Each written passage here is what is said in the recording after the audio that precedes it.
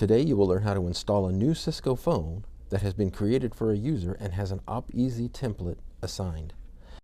Before you begin the installation, you should have received a device ID that will be used to identify and confirm the user of this phone. Often this will be the phone number or the extension of that phone. Also, if you look on the screen, depending on your platform, you may need one or more of the following prerequisites before the phone can be installed. If your phone does not have at least firmware version 11.1.2, you will need to obtain the path to the latest firmware so you can enter this manually. If your site does not provide DHCP option for the initial Clearspan file location, you will need to obtain this so you can enter this manually also. And finally, if your platform is using a CA root that is not preloaded on the Cisco phones, you will need the path to the root CA so you can enter this manually. If you need to provision one or more of the above prerequisites, you will first need the IP address that has been assigned to the phone. If the phone is not yet powered, connect the phone with a network cable and the power adapter if PoE is not available. Now press the Settings button.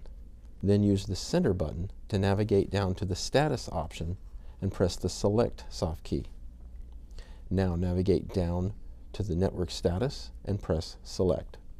Finally, navigate down to IPv4 status and press the Center button to show the IP address. Make a note of this address. Next, open a web browser and enter http:// followed by the IP address, followed by /admin/advanced. From the configuration screen, click on the Voice tab at the top. Next, click on the Provisioning tab in the second row. If a later firmware version is required, enter the full path in the setting called Upgrade Rule in the Firmware Upgrade section of the page. If a DHCP option does not provide the phone with the path to the Clearspan location, then enter this now in the setting called Profile Rule in the Configuration Profile section of the page. If the CA root must be added for the platform, enter the path in the setting called Custom CA Rule in the CA Settings section of the page. Finally, click the Submit All Changes button at the bottom of the page. Wait a full 2 minutes for the phone to activate these changes before continuing with the installation. The phone may appear idle for a minute prior to activation. To install the phone, press the Setup button. When prompted, enter the device ID that was prompted for this user. In our case, it's our extension 1004. The system will now locate the user and provide a prompt to confirm that the name shown is the correct user for this phone.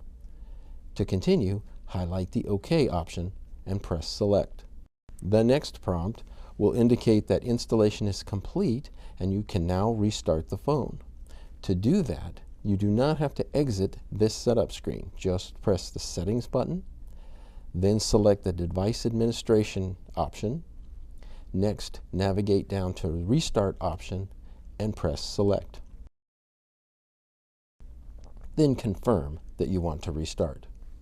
It is important that you wait a full 2 minutes for the phone to download the necessary files and restart, which could take 2 reboot cycles.